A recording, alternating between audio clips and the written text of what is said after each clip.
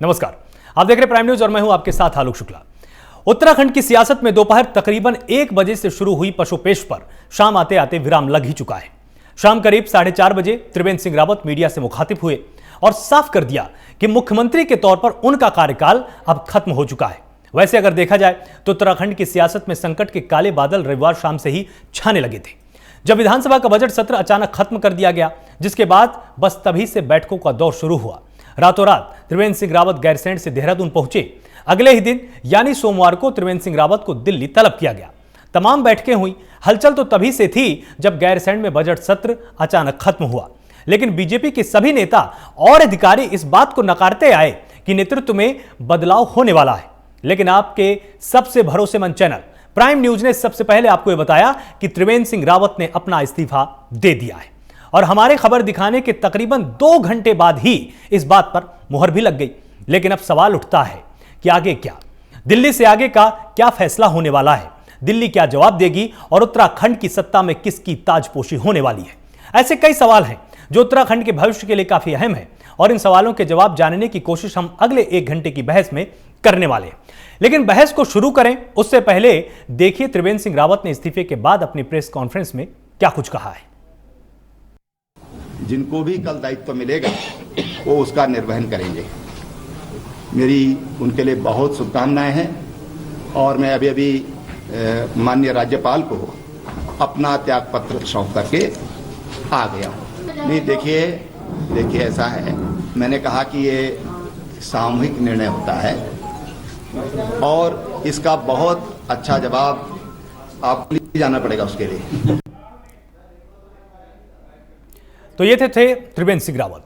अपने मेहमानों के साथ जुड़ने से पहले यह जानना भी बेहद जरूरी है कि किन मुद्दों पर चर्चा होने वाली है। तो सबसे पहले आपको हम बता देते हैं कि हमारी चर्चा के सेंटर पॉइंट्स क्या हैं। बहस का आज का सबसे पहला मुद्दा तो त्रिवेंद्र सिंह रावत का इस्तीफा ही है, जिसको लेकर आज की चर्चा है। इसके साथ ही त्रिवेंद्र सिंह रावत के इस्तीफे की इनसाइड स्टोरी पर आज हम चर्चा करने वाले हैं कि इनसाइड स्टोरी में क्या है, क्यों इस्तीफा दिया गया, क्या वजह रही, और अब उत्तराखंड के आगे क्या होगा, अगला मुख्यमंत्री कौन बनाया जाएगा, कमान किसके हाथों में होगी। सब कुछ जानने की कोशिश अगले 1 घंटे की बहस में हम करने वाले हैं।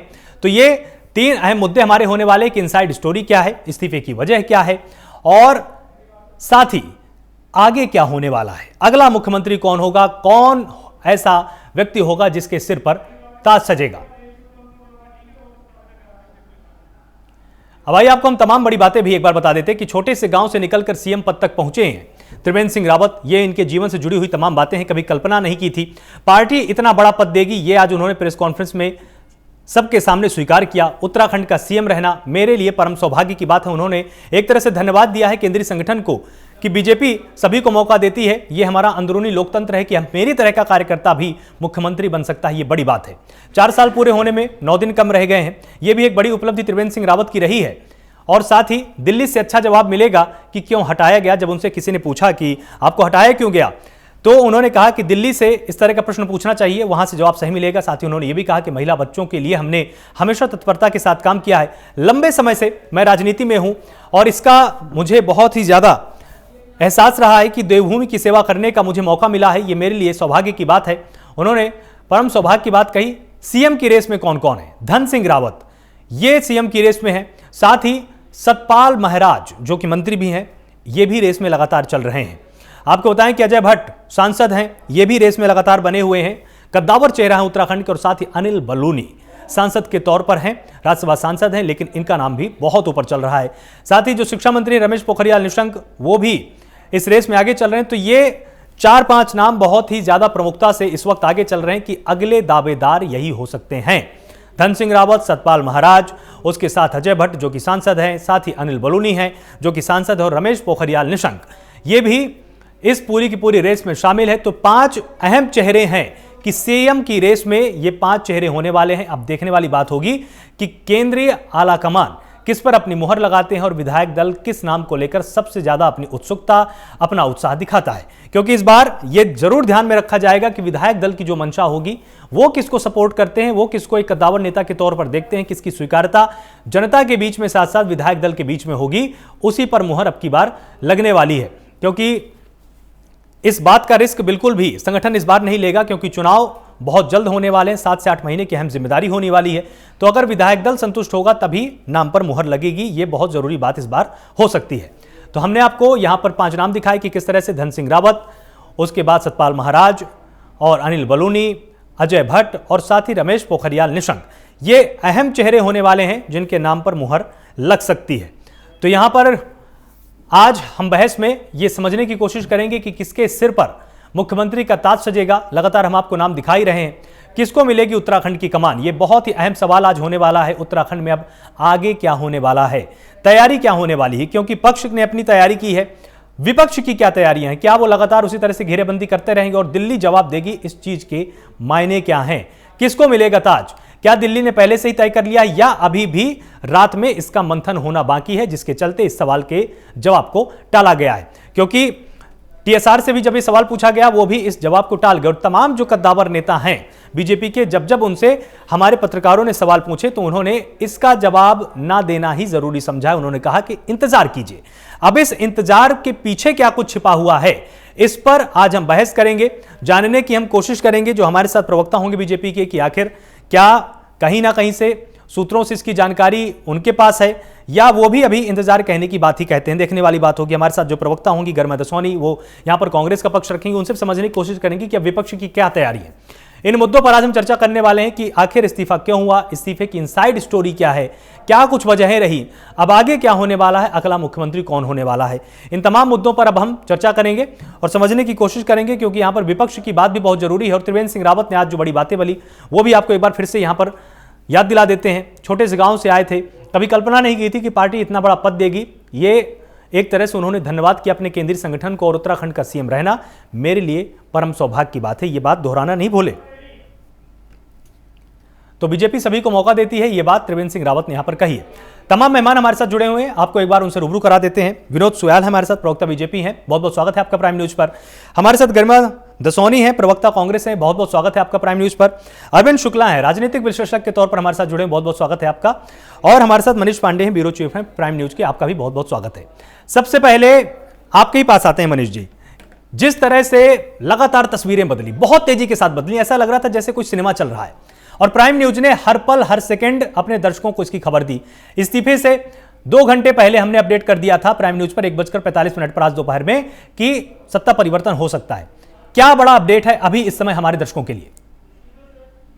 देखिए आनंद जी, मैं बताना चाहूंगा कि हम लोग पिछले 3 दिनों से इस पे काम कर रहे थे और हम शुक्रवार से ही इन सब चीजों की जो प्यासबाजियां स्टार्ट हुई वो बताते आ रहे थे। एक बार मैं अपने दर्शकों को पुनः बताना चाहूंगा पूरे घटनाक्रम को और उसके बाद आगे क्या होना है। शुक्रवार को ये चीजें स्टार्ट होती है होना और उसके बाद से धीरे धीरे बढ़ती हुई 2-4 घंटे में ऐसा रूप ले लेती है कि पता चलता है कि पर्यवेक्षक वहां पे आ गए और आने के बाद से उन्होंने एक मीटिंग की और शनिवार को मीटिंग की, लोग सब मिला जो शीर्ष नेतृत्व उत्तराखंड का था उनके साथ मीटिंग की।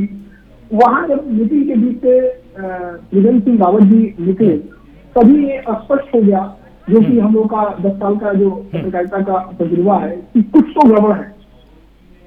क्योंकि इस तरह की घटनाक्रम 17 से लेके 18 मार्च 2017 से लेके 9 मार्च 2017 2021 के बीच में 4 सालों में घटनाक्रम 2-3 बार हुआ। लेकिन उसमें क्लियर हुआ कुछ गड़बड़ है। फिर उसको क्योंकि भाजपा है चाहते थे कि मैनेज होकर चलती रहे, तो उसके हिसाब से इन्होंने उसको फिर एक बार मैनेज करने का प्रयास किया। पर्यवेक्षक और प्रदेश प्रभारी दोनों मुख्यमंत्री के आवास में गए, वहां से निकले थे एयरपोर्ट पे 2 बड़े नेताओं को, त्रिवेंद्र सिंह सरकार के कैबिनेट मिनिस्टर अरविंद पांडे जो शिक्षा मंत्री है चमोली से बुलाया गया, उनको उनके साथ बातचीत किया गया। और लखनऊ से जो है भारत सरकार के शिक्षा मंत्री निशंक जी भी आए, उनके साथ भी वैक्सीन के एयरपोर्ट पे मीटिंग हुई। फिर दूसरे दिन कुछ नेताओं को दिल्ली बुलाया गया संडे के मीटिंग में, और मंडे को जो कल जो महिला दिवस के सारे कार्यक्रम को रद्द करते हुए मुख्यमंत्री को बुला लिया गया और उनकी जो गतिविधियां हम लोगों ने वाच की कि उनको जेपी नड्डा से मिलने जाना था, शायद कार्यक्रम के अनुसार वो छोड़ के राजनाथ सिंह के वहां चले गए मिलने के लिए। फिर वहां से निकले जो जेपी नड्डा और अमित शाह के साथ उनकी मीटिंग हुई।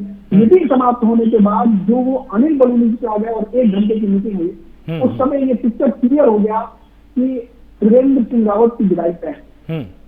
बिल्कुल मनीष जी, जिस तरह से जी मनीष जी, जिस तरह से प्राइम न्यूज ने अपने दर्शकों को पल पल का इसमें अपडेट दिया, हमने इस्तीफे से लगभग 2 घंटे पहले, मुझे समय ठीक से याद है 1:45 के आसपास ही दोपहर में हमने अपने दर्शकों को बता दिया था कि नहीं, इस्तीफा भेजा जा चुका है और निश्चित रूप से सत्ता परिवर्तन हो सकता है। इसकी अटकलें हमने लगातार लगाई और जो हमने खबर दिखाई उस पर मुहर भी थोड़ी देर बाद लग गई। राज्यपाल ने इस्तीफा स्वीकार कर लिया, खुद टीएसआर सामने आते हैं, प्रेस कॉन्फ्रेंस करके उन्होंने भी ऐलान किया कि ठीक है, मैंने अपना इस्तीफा भेजा था, वो स्वीकार हो चुका है, और उन्होंने धन्यवाद दिया अपने केंद्रीय संगठन को। आपको क्या लगता है कि अब जो आगे की यहां पर राजनीति होने वाली है, इसके इनसाइड स्टोरी क्या है? कि क्योंकि देखिए, अभी भी बीजेपी के प्रवक्ता हो या कोई भी कद्दावर नेता हो, वो मूल बात बताने से कहीं ना कहीं दूर जा रहे हैं, उस बात को नहीं बता रहे हैं कि जिसके चलते ये सारा का सारा घटनाक्रम हुआ है। आलोक जी, आपको बताना चाहूंगा कि भाजपा जो एक समाज में आई है, वो कहती है कि मैं, हमारी पार्टी एक शिष्टाचार की पार्टी है, तो उसका पूरा ये ख्याल रखते हैं। और ये कल तक आपने जब मुन्ना सिंह चौहान का मीडिया से जब बात की है दिल्ली में, तभी हमारी जो है आप लोगों से जब बात हुई तो हमने कहा कि निश्चित हो गया है कि कल ये इस्तीफा दे देंगे।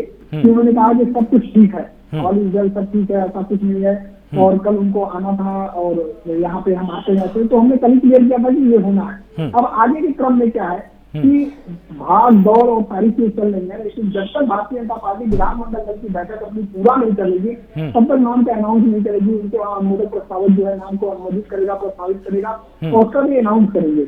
लड़ाई जो इनके वहाँ है, इनको सामंजस्य जो है केवल मुख्यमंत्री नहीं चुनना है, इनको वो चेहरा चुनना है कि जो 22 में सरकार ला सके, वो चेहरा चुनना है जो कुमाऊं गढ़वाल ब्राह्मण क्षत्रिय के सेक्टर को संतुलित कर सके। तो इसलिए उनको मुख्यमंत्री के साथ साथ अपने पूरे राजनीतिक सारी समितियों को साधना है, उसमें सारी लाभी को साधना है, सारे विधायकों को साधना है। टीएमसी के हटने में एक बहुत बड़ा कारण जो था कि विधायकों में असंतोष था, कार्यकर्ताओं में असंतोष था, तो विधायकों की बात को भी रखना है, जो कि विधानमंडल दल की बैठक से पहले अगर अनाउंस करते हैं तो फिर एक मैसेज जाएगा कि यह नेता जो है दिल्ली द्वारा चुना गया है, विधानमंडल द्वारा नहीं चुना गया है। होना वही है जो आला कमान निर्धारित कर चुका है, जो शीर्ष नेतृत्व के 5-7 लोग हैं, उनको पता है कि हमारा मुख्यमंत्री अगला कौन होगा। बाकी सारी कहबाजी कल 10 बजे भारतीय जनता पार्टी के प्रदेश कार्यालय में विधानमंडल दल की जो विनोद जी, मैं आपके पास आ रहा हूँ, उसके बाद निश्चित हो जाएगा। मैं छोटी सी बातों को, अपनी बात को खत्म करूंगा कि यह एक क्रम बना हुआ है उत्तराखंड में कि कोई मुख्यमंत्री अपना कार्यकाल पूरा नहीं करता, तो वो ये भ्रम है कि मुख्यमंत्री के साथ कोई ऐसी चीज है। वो यहाँ पे बढ़ती प्रोफाइल है, पहाड़ की जो जनता है वो बड़ी स्ट्रेट फॉरवर्ड जनता है, उसको अपने जनता के, अपने नेता के बीच रहना होता है, अपनी समस्याओं का निराकरण चाहिए होता है। छोटा सा स्टेट है, सीधे पहुंच जाते हैं लोगों को, जिसमें अभी तक कोई एमडी तिवारी को छोड़कर कोई खड़ा नहीं कर पाया। ठीक है विनोद जी, बाद भी त्रिवेंद्र सिंह रावत का कार्यकाल लंबा रहा। ठीक है विनोद जी, लगातार प्राइम न्यूज अपने दर्शकों तक ये खबर पहुंचाता रहा कि नहीं, सत्ता परिवर्तन हो सकता है। बीच में बंशीधर भगत ने हालांकि इन तमाम अटकलों पर विराम लगाने की पूरी कोशिश की, उन्होंने साफ तौर पर कहा कि ऐसा कुछ नहीं है, लेकिन प्राइम न्यूज आपके प्रवक्ताओं से भी लगातार बातचीत करता रहा। हमने इस पर एक चर्चा भी की थी, उसमें भी ये दावा बीजेपी की तरफ से किया जाता रहा कि नहीं, ऐसा कुछ नहीं होने वाला है। लेकिन अब देखिए, जो अनुमान प्राइम न्यूज ने लगाया था, जिस तरह की हमने बहस भी आयोजित की, हमने इसमें चर्चाएं भी की, वही चीज बिल्कुल खुलकर सामने आ गई कि सत्ता परिवर्तन तो हो चुका है। क्या वजह रही इसकी? देखिए, मैं आपके समूह को आवाज व्यक्त करना चाहता हूं, और जी, जो मुझे तक मैं आपके न्यूज के माध्यम से एक प्रखंड की जनता से भी कहना चाहता हूं जी कि हमारे प्रदेश के हमारे जो अभी मुख्यमंत्री हैं, मुख्यमंत्री त्रिवेंद्र सिंह रावत जी के द्वारा 4 वर्षों के अंदर बहुत सुंदर काम किया गया, और अपनी सामर्थ्य के अनुसार, अपनी योग्यता के अनुसार उन्होंने उत्तराखंड के विकास में कोई कोर कसर नहीं छोड़ी।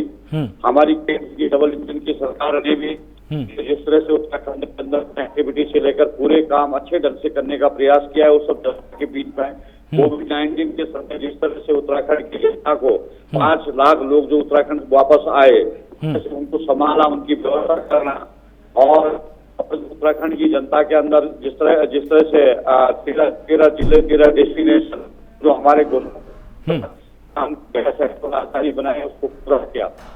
इसके लिए मैं त्रिवेंद्र जी को बधाई देना चाहता हूँ खुले मन से, और मैं आपके टीवी चैनल के माध्यम से कहना चाहता हूँ सभी की त्रिवेदी जी की बड़ी भूमिका में आने वाले हैं, इसलिए उन्हें उत्तराखंड राज्य के मुख्यमंत्री पद से उन्होंने स्वयं इस्तीफा दिया है।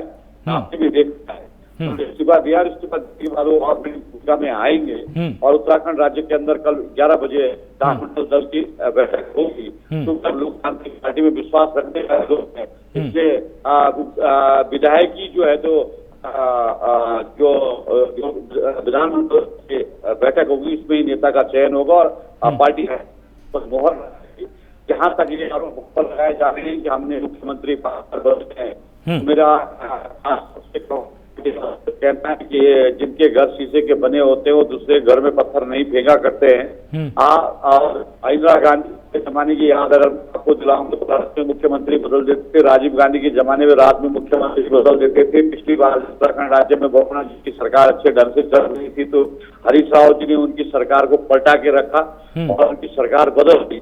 इसलिए हमारा आंतरिक मामला है, मुझे कांग्रेस के मित्रों से अनुरोध है कि वो इतना परेशान न हो, किसी दल के अपने अस्तित्व के बारे में विचार करें। वो पहले तो हरीश रावत जी को नियंत्रण में ले लें, फिर हमसे टक्कर की बात करें। हमारा अनुशासित दल है, तो भी जिस तरह से हम जनता को विश्वास दिलाना चाहते हैं कि विकास में किसी भी तरह की रुकावट और किसी भी तरह की जो योजनाएं प्रारंभ की, कोई भी योजनाएं बंद नहीं की जाएंगी, योजनाएं आगे बढ़ाई जाएंगी और हम उत्तराखंड की जनता की लगातार सेवा करना चाहेंगे।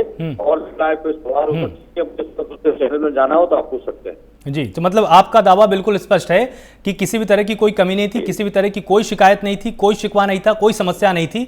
हम एक बड़ी जिम्मेदारी देना चाहते हैं टीएसआर को, इसलिए हमने उनको पदमुक्त भी किया है और नए चेहरे को हम लेके आएंगे। बहुत बड़ी बात है, क्योंकि विनोद जी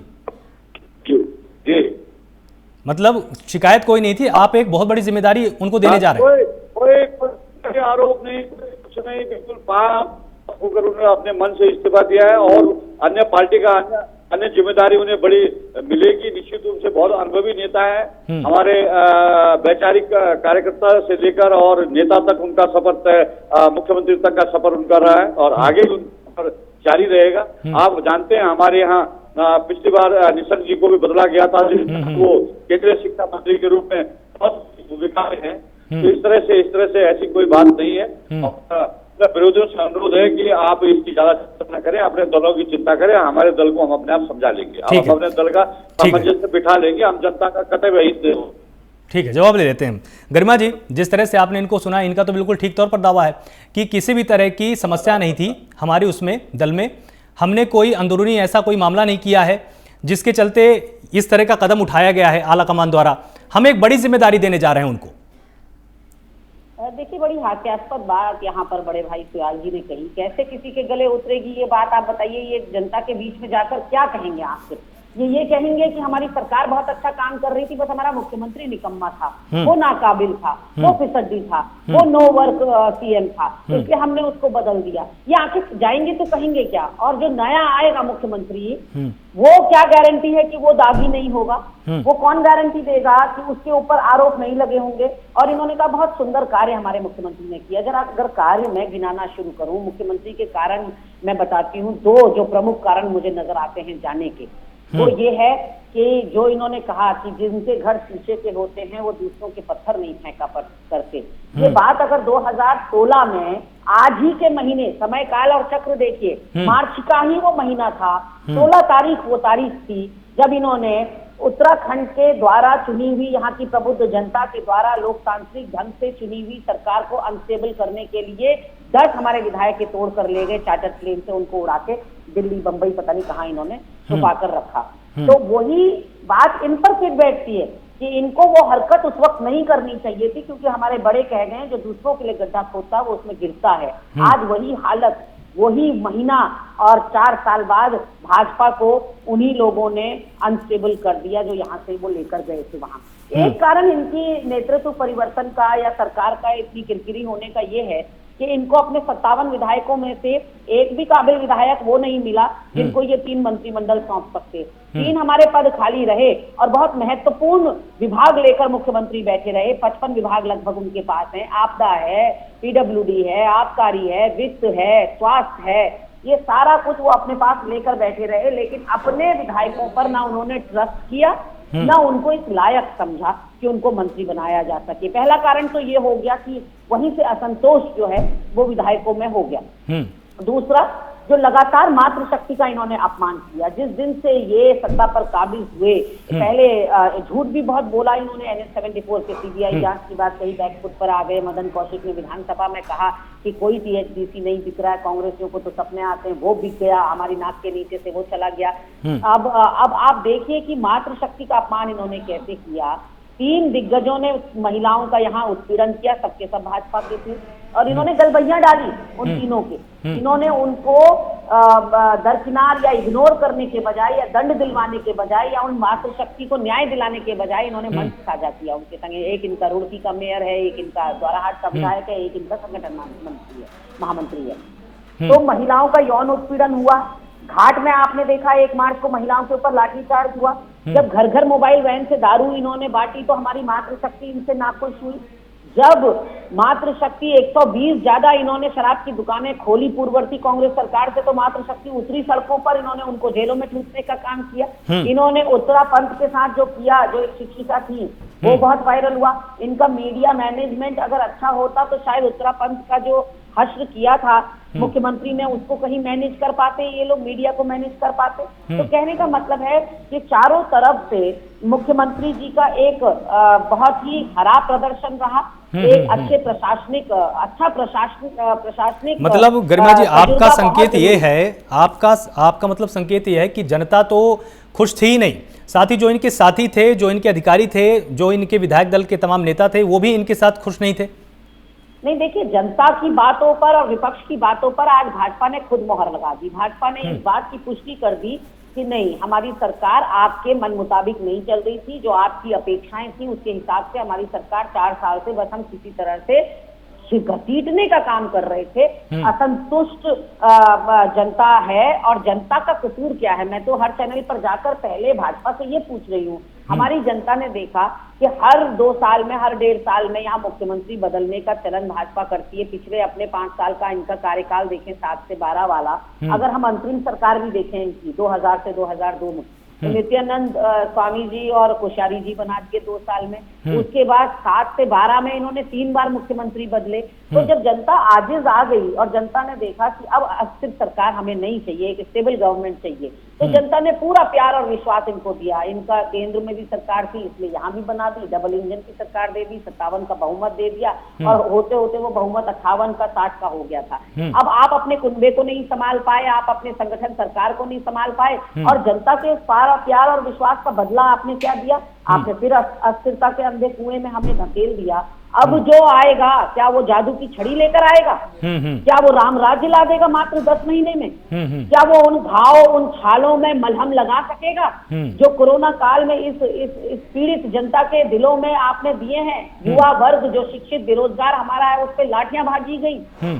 क्या आप 17 किसानों की उस आत्महत्या को भूल पाएंगे? क्या आप उस व्यापारी जो मंत्री दरबार में जिसने आत्महत्या कर ली, वो घाव, वो छाले अभी तक हैं उत्तराखंड के दिलों में?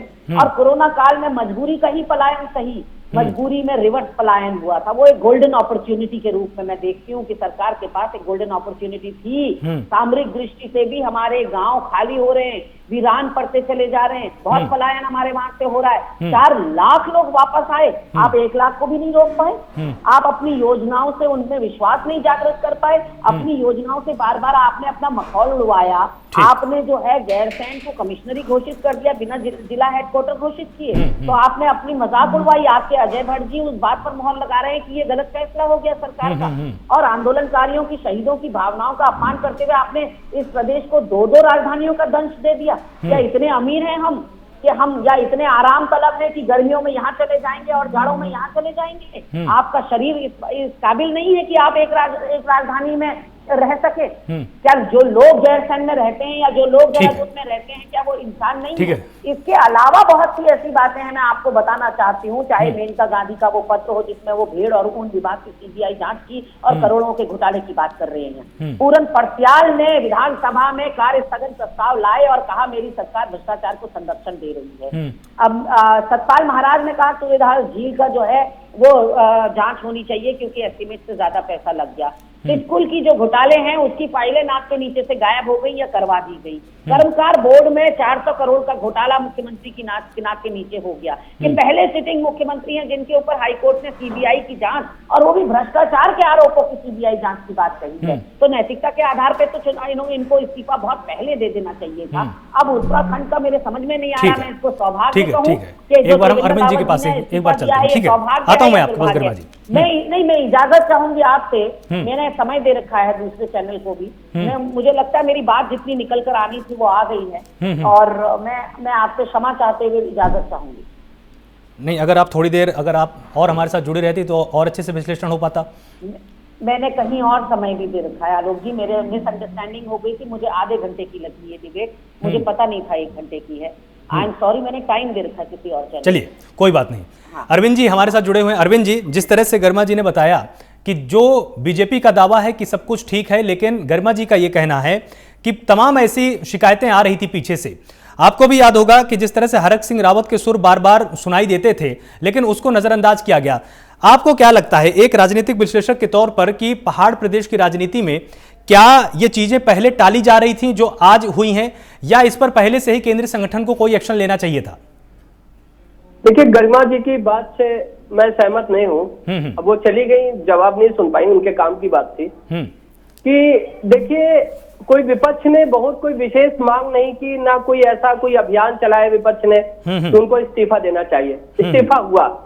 देखिए, ये जो सरकार बनती है, सरकार बिगड़ती है, इस्तीफे होते हैं, नए मुख्यमंत्री बनते हैं, इसका राजनीति के अंदर में सिर्फ और सिर्फ एक फार्मूला है, वो है 51 और 49 का फार्मूला। बिल्कुल 51% जो आएगा वो सरकार बनाएगा और ये आखिरी समय तक फॉलो होता रहता है।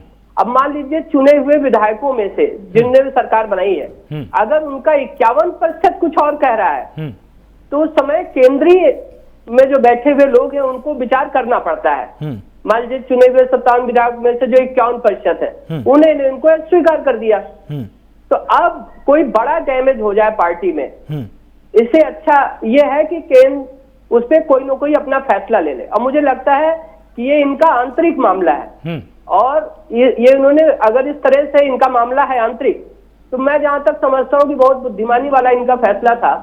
और अगर कांग्रेस इस तरह के फैसले लेती तो आज कांग्रेस की तस्वीर पूरे देश में कुछ और होती। बिल्कुल कि अगर वो समझ लेती कि भाई जो शीर्ष नेता वो काम नहीं चल पा रहा है, आंतरिक जो है डिससेटिस्फैक्शन है, और उस पर अगर वो परिवर्तन करते रहते तो ऐसे परिवर्तन करने वाली चीजें डैमेज से बचा जा सकता है। तो कहीं ना कहीं भारतीय जनता पार्टी ने ये जो फैसला लिया है उससे अपना वो बहुत बड़ा डैमेज वो बचा गई है, डैमेज कंट्रोल। तो ये उसकी डैमेज कंट्रोल कर लिया उसने और वो चली गई। लेकिन अगर सुनती बात समझ में आती कि कांग्रेस को भी ऐसा करना चाहिए, अपने केंद्रीय मान लीजिए लोग हैं उनमें राहुल गांधी में नहीं विश्वास जम पा रहा है तो उसमें परिवर्तन करिए, देखिए आपका कांग्रेस पार्टी आगे बढ़ेगी। तो इस तरह के फार्मूले लगाने चाहिए अगर आपको अपनी पार्टी को डेवलप करना है, उसको डैमेज से बचाना है। तो ये बहुत ही समझदारी वाला फैसला इन लोगों ने लिया है। जी, तो आपको क्या लगता है कि इससे आने वाले समय में, अब ये चेहरा कौन होगा ये तो कल बिल्कुल साफ हो जाएगा, लेकिन अब इससे बीजेपी धीरे धीरे मतलब इसका पलटा पहाड़ प्रदेश में भारी होने वाला है, नुकसान तो नहीं होगा? नहीं, नुकसान इसमें नहीं होने वाला, इसमें इनको फायदा होने वाला है। क्योंकि अब क्या है कि वो जो विधायक है उन्हीं की राय से, उन्हीं के बीच से ही कोई एक लिया जाएगा। बिल्कुल मुझे ये नहीं लगता है कि कोई केंद्रीय सरकार से कोई व्यक्ति वहां पे लाया जाएगा, बल्कि उन्हीं के बीच से ही उनके सामर्थ्य से किसी व्यक्ति को बिठाया जाएगा। एक तो एक अच्छा मैसेज वहां चला गया, दूसरा पूरे प्रदेश में एक मैसेज चला गया कि हम व्यक्ति को नहीं फॉलो करते, हम सिद्धांत को फॉलो करते हैं। तो ये दोनों ही बातों को भारतीय जनता पार्टी ने प्रूव कर दिया कि मेरे लिए व्यक्ति इंपॉर्टेंट नहीं है, मेरे लिए व्यक्ति आवश्यक नहीं है, मेरे लिए मेरे सिद्धांत, मेरे मूल्य आवश्यक है। तो दोनों ही बातों पे भाजपा एक तरह से बहुत बड़ा डैमेज कंट्रोल भी कर ले गई और उसको नुकसान नहीं होगा, उसको लाभ होगा, इसमें कोई परेशानी नहीं है। आपकी इन बातों से एक संकेत ये भी है कि जिस तरह से लगातार चर्चा में है, एक तो नाम है अनिल बलूनी का जो कि राज्यसभा सांसद हैं और एक तरफ रमेश पोखरियाल निशंक का है। तो आपकी बातों से तो ऐसा लग रहा है कि इन नामों पर ज्यादा गंभीरता से चर्चा नहीं होगी, चर्चा होगी दूसरे नामों पर। बिल्कुल, मेरा यही मानना है। जी ठीक है, मनीष जी हमारे साथ लगातार जुड़े हुए। तो मनीष जी, जिस तरह से आपने लगातार कवर किया और प्राइम न्यूज ने भी पल पल की खबर अपने दर्शकों तक पहुंचाई थी। आपको क्या लगता है कि इस पूरी की पूरी स्टोरी में कौन सा ऐसा वो चेहरा है जिस पर सबसे ज्यादा बीजेपी अब दांव लगा सकती है? देखिए आलोक जी, जो हमने उत्तराखंड को जिस तरह से कवर किया है 10 सालों में, मैंने देखा है कि दो चीजें हैं। अभी भाई साहब बता रहे थे, वो भी उन चीजों पर मैं इत्तेफाक रखता हूं। लेकिन आज की परिस्थितियों में क्या है कि 4-5 बड़े महत्वपूर्ण बिंदु थे कि एक आरएसएस के साथ और संगठन के साथ त्रिवेंद्र जी का तालमेल ना होना, विधायकों के साथ असंतोष होना, उसके पीछे कई कारण कि भाई मुलाकात नहीं हो पाती है, सुनवाई नहीं हो पाती है, मंत्रिमंडल में कुछ लोगों से, कुछ खास लोगों से घिरे रहते हैं। और उसके बाद से ये जो राजधानी के मुद्दे थे, गैरसैंण को ग्रीष्मकालीन राजधानी बनाया, उसको कमिश्नरी बनाया, इसमें आला कमान के साथ जो है रायशुमारी नहीं हुई, कुंभ का एक मुद्दा था। तो ये सारी चीज देखते हुए आज की स्थिति क्या है, उत्तराखंड में भाजपा का विरोध नहीं था, मुख्यमंत्री का विरोध हो गया था। बिल्कुल। त्रिवेंद्र जी की वर्किंग स्टाइल अलग थी थोड़ी सी, है ना। तो मैं ऐसा नहीं कहता हूं कि मैं त्रिवेंद्र जी को कि वो फेल मुख्यमंत्री थे। एक वर्किंग कल्चर होता है, वर्किंग स्टाइल होती है, उसका असर पड़ा, और जिससे कि ये जो विरोध खड़ा हुआ ये केवल त्रिवेंद्र सिंह रावत का था। अब प्रश्न ये उठता है कि त्रिवेंद्र सिंह रावत को अगर बदला गया तो चेहरा कौन होगा। अभी तक भाजपा का जो रहा है भाई हमारे जो विधायक हैं, हमारे लोग हैं, उनके बीच से जो है करना है, लेकिन चुनावी साल है। अब इस समय इनको एक बड़े चेहरे की आवश्यकता है, क्योंकि कांग्रेस कहीं ना कहीं पिछले 15 दिनों में कांग्रेस के जो काम करने का तरीका था वो चेंज हुआ है। हरीश रावत को लोग आगे लेके आ रहे हैं, तो हरीश रावत का एक बड़ा चेहरा, सरकार की एक एंटी इनकम्बेंसी होती है वो, और साथ साथ मुख्यमंत्री बदलने के बाद जब हम फील्ड में जाते हैं तो हमारे पास एक ऑलरेडी क्वेश्चन नहीं रहता है कि आपका 4 साल जो मुख्यमंत्री था कहीं ना कहीं कोई कारण रहा होगा, आपने बदल दिया।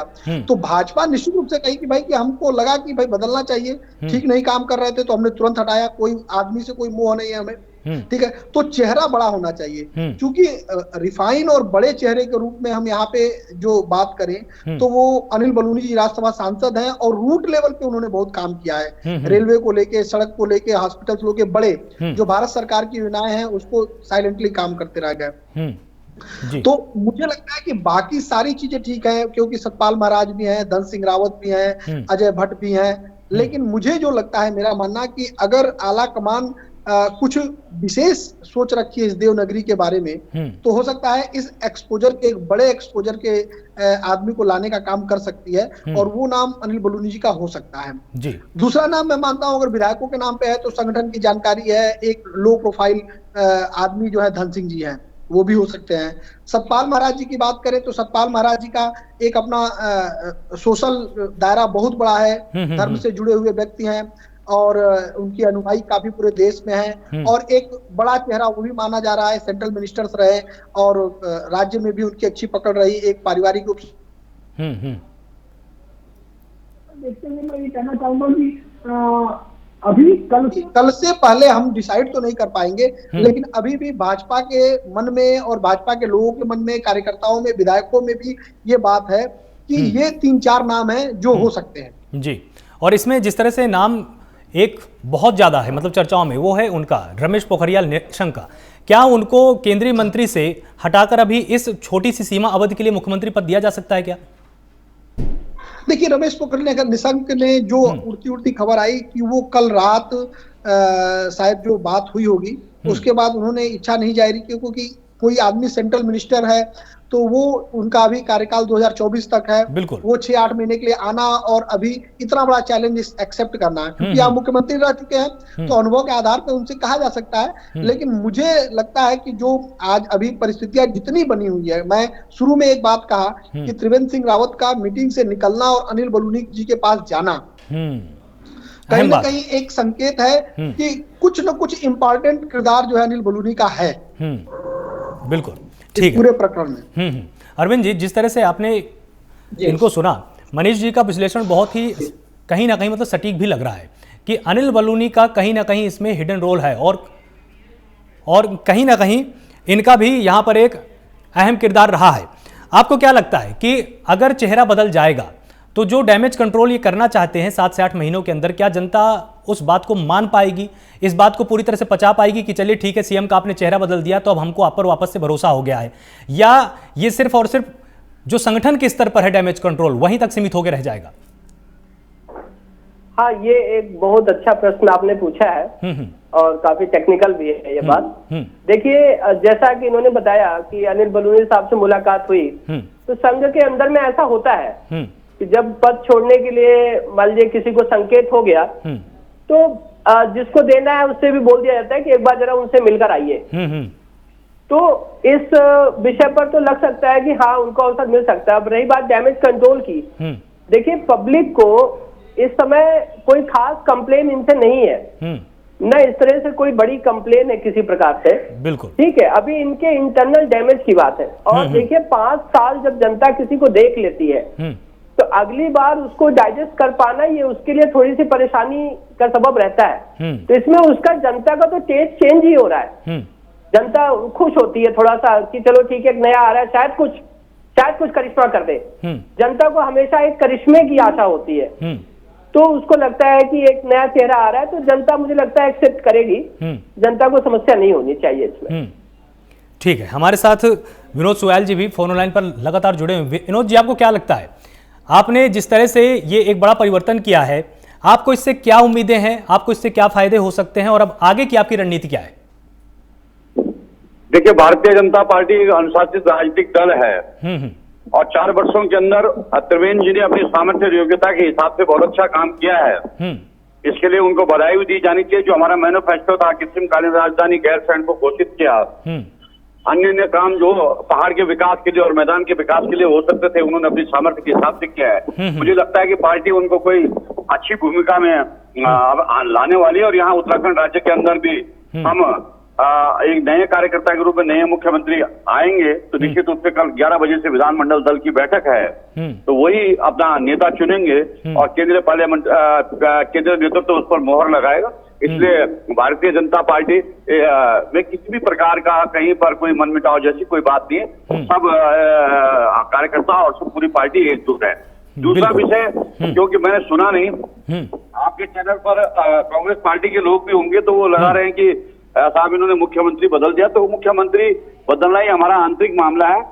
उनको इस विषय से मुझे लगता है कि ज्यादा लेना देना नहीं होना चाहिए, क्योंकि उन्होंने भी लंबे समय तक सत्ता में रहे हैं और कई बार उन्होंने भी मुख्यमंत्री बदले हैं।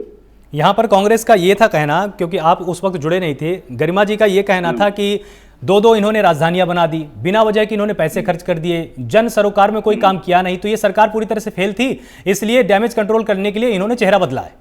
उत्तराखंड राज्य के अंदर अगर वो भी आएगा, अंधा भी आएगा ना, तो वो देखेगा विकास हो रखा है। हमने कनेक्टिविटी के जितने काम किए हैं इतने किसी ने नहीं किए हैं। हमने जो है तो दिल्ली आज 3 घंटे में जा रहे हैं देहरादून से, आज जो है तो नई ट्रेन 2 घंटे में जा रहे हैं। आज जो है हमने 1000 किलोमीटर ऑल वेदर रोड जो है तो 2 वर्षों के अंदर काट के दिखाई है। हमने 125 किलोमीटर सुरंग के अंदर रेल पहुंचाने का काम किया, जो 2024 तक पहुंच जाएगी। एक भी अस्पताल के अंदर जो है तो केवल 3 अस्पतालों के अंदर आईसीयू था उत्तराखंड के अंदर, हमने पूरे अस्पतालों के अंदर आईसीयू लगाया है।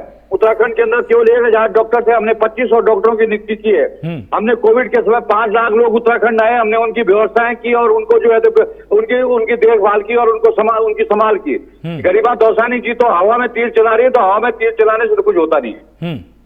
ठीक है अरविंद जी, जिस तरह से आपने इनको सुना, इन्होंने कहा कि हमने बहुत सारे काम किए हैं। अब सवाल यही है कि जब जनता के बीच में जाकर ये अपना प्रचार प्रसार करेंगे और अगर जनता ने इनसे पूछा कि चलिए ठीक है, अगर सब कुछ आपका दावा सही है, तो आपने फिर चेहरा क्यों बदल दिया, इसका क्या एक अच्छा उत्तर इनके पास हो सकता है?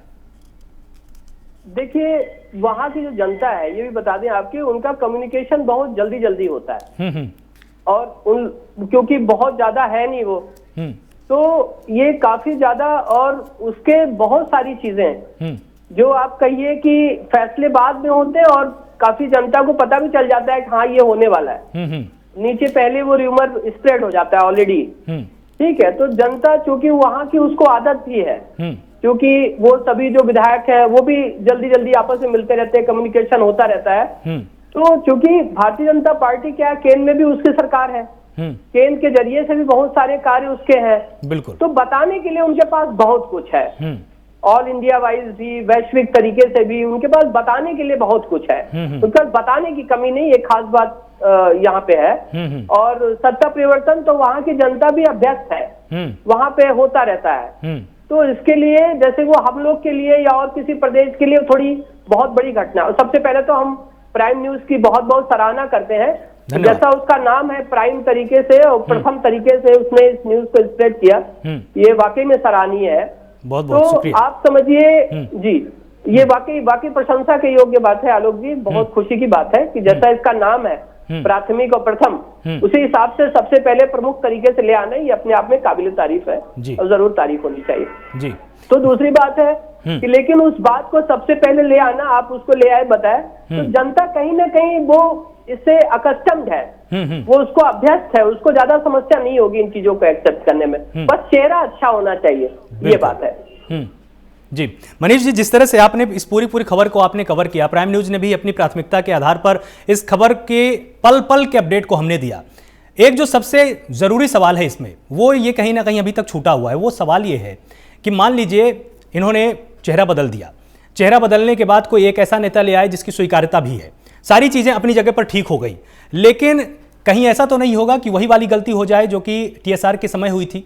एक ऐसा नेता लाके बिठाया जाए विधायक दल के बीच में या जनता के बीच में जिसकी स्वीकार्यता अंदर खाने में उतनी ना हो।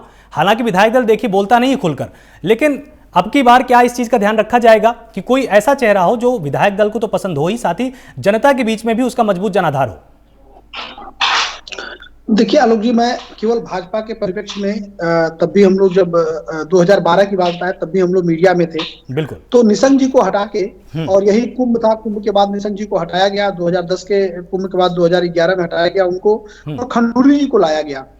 जब निशंक जी को हटाया गया तो एक हवाला दिया गया कि एक तो कुंभ में जो है कुछ भ्रष्टाचार की बातें कही गई जो आज तक अभी साबित नहीं हुई, लेकिन एक चीज किया गया कि जो इंटरनल हमारा सर्वे हुआ है उस सर्वे के हिसाब से 17 सीटें भाजपा को मिल रही हैं, और इसी को आधार बनाते हुए खंडूरी जी को फिर दोबारा लाया गया, और वो 17 का आंकड़ा जो है 21 पे पहुंच गया। अगर जो वही खंडूरी जी चुनाव जीत गए रहते तो कांग्रेस के पास 32 सीटें थी और कांग्रेस भाजपा के पास 31 थी, तो ये 32 भाजपा के पास हो जाती और 31 कांग्रेस के पास होती और भाजपा सरकार बनी। मैंने अपनी शुरू की बातों में ही कहा कि त्रिवेंद्र सिंह रावत को हटाने का केवल एक कारण था कि न प्रदेश में जनता में प्रदेश की भाजपा का कोई विरोध है, वो आज भी बेस्ट और अच्छे ऑप्शन के रूप में भाजपा को देख रही है, क्योंकि भैया ने बताया कि भाजपा के पास बहुत सी चीजें हैं कि जो जनता के बीच जाने के सेंटर कर रखा है उनके लिए बिल्कुल। लेकिन जो त्रिवेंद्र को लेके एक था कि एक अनसोशल टाइप के, बोल रहा हूँ कि मैं एक मुख्यमंत्री को कह रहा हूँ कि अनसोशल टाइप के वो वर्ड, लेकिन जो जितना सोशल एक मुख्यमंत्री को होना चाहिए था होता है। कुछ लोगों के काम करने का तरीका चूंकि संगठन के रहे हैं तो बहुत लाग लपेट से बात नहीं करना, सीधा स्ट्रेट फॉरवर्ड थे, सीधा बोलना, सीधा बात करना, एक टाइम पीरियड देखिए आप इस टाइम को 24 घंटे पैदा की थी, तो निश्चित रूप से कोई भी आएगा उसको पता है कि हमें आया ये हटाए क्यों गए हैं और मैं लाया क्यों गया। तो मैं उन बाकी चीजों को हटा के वो बाकी चीजों से मतलब नहीं रखेगा, केवल उन्हीं मुद्दों पर रखेगा कि मैं ज्यादा से ज्यादा जनता के बीच में रहूं, ज्यादा से ज्यादा विधायकों के बीच में रहूं, ज्यादा से ज्यादा कार्यकर्ताओं के बीच में रहूं, ज्यादा से ज्यादा लोगों को मिलूं, क्योंकि बनेगा 8 महीने घंटे के लिए सरकार बनाना है। अगला 22 का चुनाव वो जान रहा है कि उसको भेजा जा रहा है कि 22 में सरकार रिपीट करानी है, इसलिए मुझे भेजा जा रहा है। नहीं तो इनका सब सामान्य ही रहता था। क्या हम आप बृहस्पतिवार को कह सकते थे, शुक्रवार को कह सकते थे, शनिवार को कह सकते थे कि उत्तराखंड का मुख्यमंत्री सोमवार को बन जाएगा? बिल्कुल। लेकिन ये परिस्थितियां बनी और निश्चित रूप से ये त्रिवेंद्र सिंह रावत जी की जो कैबिनेट थी, त्रिवेंद्र सिंह रावत जी के जो विधायक थे उनके द्वारा सारी चीजें फैलाई गई थी और सारी चीजें सेंट्रल मीडिया तक पहुंचाई गई थी। फैलाई वर्ड तो खराब हो जाएगा, पहुंचाई गई थी कि क्या क्या कमियां है जिसका हमको खामियाजा भुगतना पड़ेगा। कुछ उनके डिसीजन थे जिसमें उन्होंने अपने लोगों से आयुष्मानी नहीं की, जो आज प्रॉब्लम के रूप में खड़े हुए। और बहुत बड़ा वो होता है कि लगभग 2014 से और अब तक हम लोग जितना देख रहे हैं, पहली बार ऐसा हुआ है कि बिना किसी हू हल्ला के जो है पार्टी ने बुलाया और एक मंत्री को हटा दिया। इनके ऊपर अमित शाह जी का ये था कि अमित शाह जी के लोग हैं, उसके बाद भी पार्टी ने बहुत बार डिसीजन लिया है, भारतीय जनता पार्टी ने बहुत बार डिसीजन लिया है इलेक्शन के मिड इलेक्शन। बिल्कुल विनोद जी, जिस तरह से मनीष जी बता रहे हैं कि बहुत ये बड़ा परिवर्तन जो हुआ उसके लिए पार्टी ने बहुत पहले से ही कहीं ना कहीं अंदरूनी तैयारी भी कर रखी थी, क्योंकि सबसे बड़ी प्राथमिकता यही कि प्रदेश की जनता को जो कमिटमेंट किया गया है वो ठीक से पहुंचाया जा सके। अब अगले जो 7-8 महीने आने वाले हैं पहाड़ प्रदेश की राजनीति में, उसमें आपकी कौन सी प्राथमिकताएं होने वाली हैं जो आप सुनिश्चित करने वाले हैं?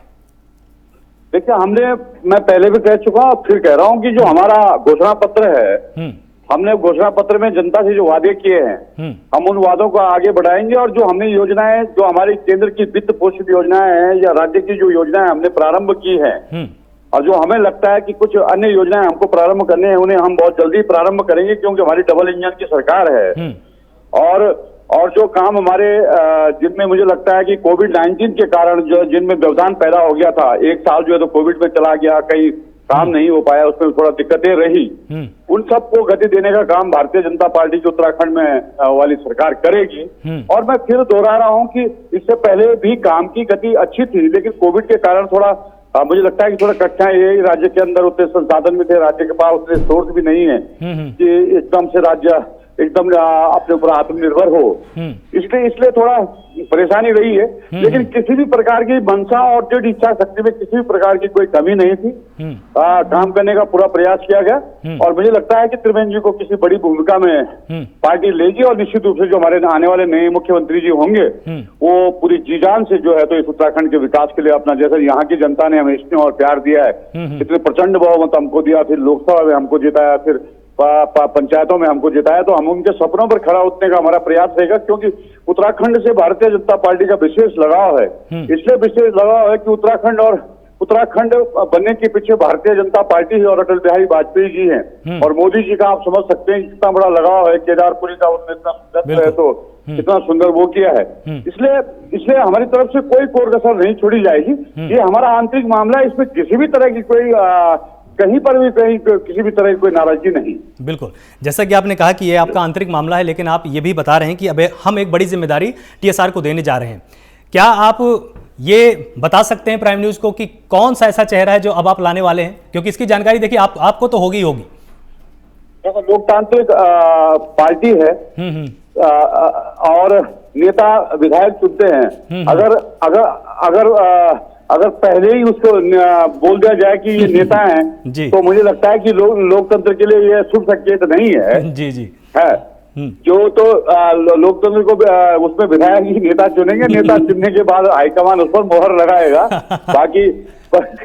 बाकी आपके प्राइम चैनल को मैं बहुत बहुत शुभकामनाएं देना चाहता हूं। बहुत कि आपने बहुत ही अच्छे ढंग से जो है तो इस समय कवरेज किया और बहुत ही पॉजिटिव समाचार आप सब लोग रखते हैं, इसके लिए आपको बधाई। और आपने मुझे अपने टीवी चैनल पर आमंत्रित किया, इसके लिए आपका बहुत बहुत धन्यवाद। बहुत बहुत शुक्रिया हमारे साथ जुड़ने के लिए विनोद जी। आपने अपना समय दिया और आपने बहुत ही सुलझे हुए आपने जवाब दिए, बहुत ही संतुलित आपके जवाब रहे और बहुत ही सकारात्मक एक तरह का ये पूरा मैसेज गया है आज उत्तराखंड की राजनीति में। क्योंकि देखिए अरविंद जी, आपने देखा होगा जब एक मुख्यमंत्री अपना इस्तीफा दे चुका हो, उसका इस्तीफा मंजूर हो चुका हो, उसके बाद भी प्रेस कॉन्फ्रेंस में आना, साहस के साथ बैठना और लोगों की आंख में आंख डालकर सभी का धन्यवाद करना, ये एक बहुत बड़ा मैसेज है लोकतंत्र के अंदर।